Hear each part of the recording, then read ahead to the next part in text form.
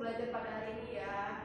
Nah, sebelum kita mulai nih, Ibu mau bertanya, pernah nggak sih kalian bayangin gitu bagaimana kehidupan rakyat Indonesia pada masa penjajahan Jepang? Apakah kehidupan saat itu lebih baik atau justru lebih sulit dibandingkan pada masa penjajahan Jepang pada saat itu?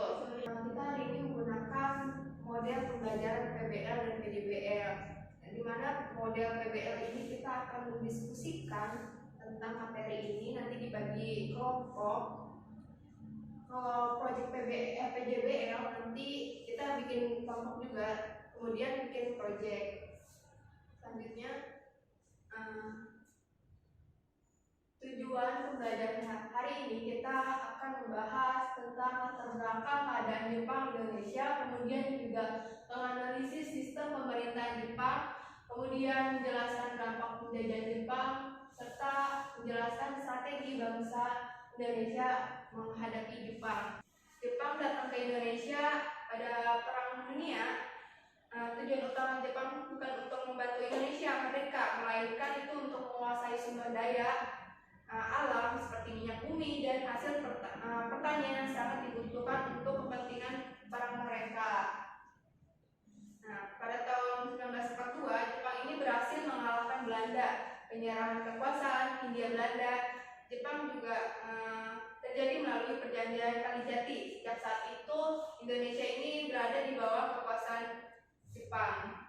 Nah, hari ini kita akan membahas materi mengenai di bawah tirani Jepang, yaitu masa pendudukan Jepang di Indonesia pada tahun 1942 hingga 1945. Melalui pembelajaran ini kalian akan diharapkan mampu memahami bagaimana Jepang berkuasa, dampaknya bagi rakyat Indonesia, serta bagaimana bangsa kita itu menyikapinya. Nah, dalam menjalankan pemerintahannya nih, Jepang menerapkan sistem pemerintahan militer yang sangat ketat. Seluruh kebijakan ini dibuat untuk mendukung peran Jepang pada saat itu, sehingga rakyat Indonesia ini tidak memiliki kebebasan, di mana banyak aturan yang membatasi kehidupan masyarakat sehari-hari. Nih, ini ada sistemnya, di mana itu ada angkatan darat di Jawa hingga Madura, terus ada angkatan darat di Sumatera, terus ada angkatan laut di Indonesia Timur. Selanjutnya, nah, Jepang juga membentuk berbagai organisasi seperti Seinedan, terus Keigodan, Ujinkai, dan PETA, di mana organisasi-organisasi inilah yang bertujuan untuk memobilisasi rakyat Indonesia agar membantu Jepang, terutama dalam bidang militer dan pertahanan.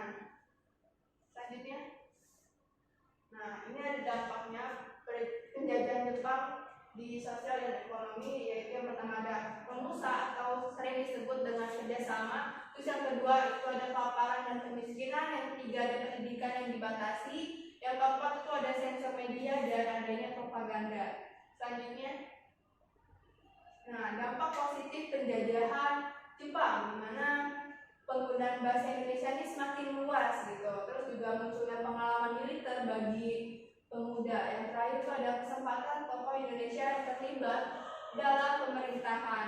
Selanjutnya, nah kemudian ada strategi bangsa Indonesia menghadapi Jepang, di mana itu ada kooperatif dan non kooperatif. Kooperatif sendiri, di mana itu ada Soekarno.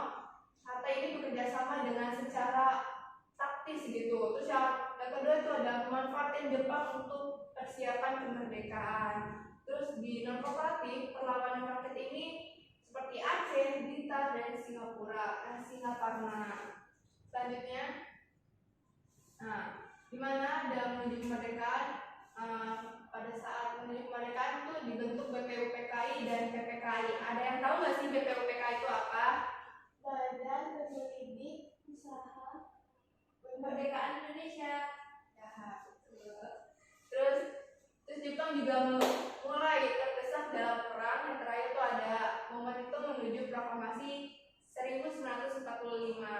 Selanjutnya, pada pertemuan ini tuh kita akan mengakhiri pembelajaran dengan game evaluasi. Ada yang tahu nggak gamenya apa? Nggak tahu apa itu. Nah, pada hari ini kita menggunakan game yaitu quiz wizard atau sering disebut dengan ular tangga untuk menguji pemahaman kalian nih terhadap materi yang telah dipelajari pada hari ini atau yang sudah ibu jelaskan tadi. Ini nanti bisa kalian barcode ya. Nah, boleh kalian barcode nih.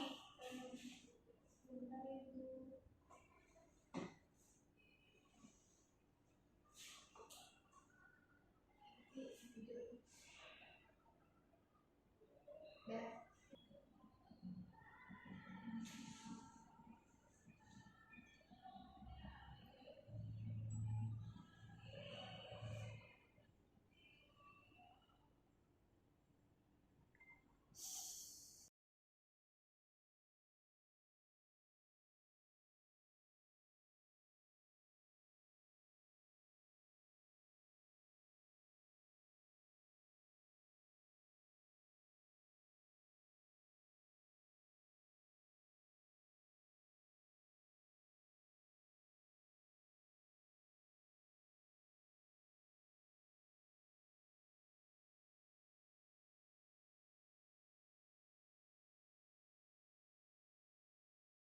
Udah selesai.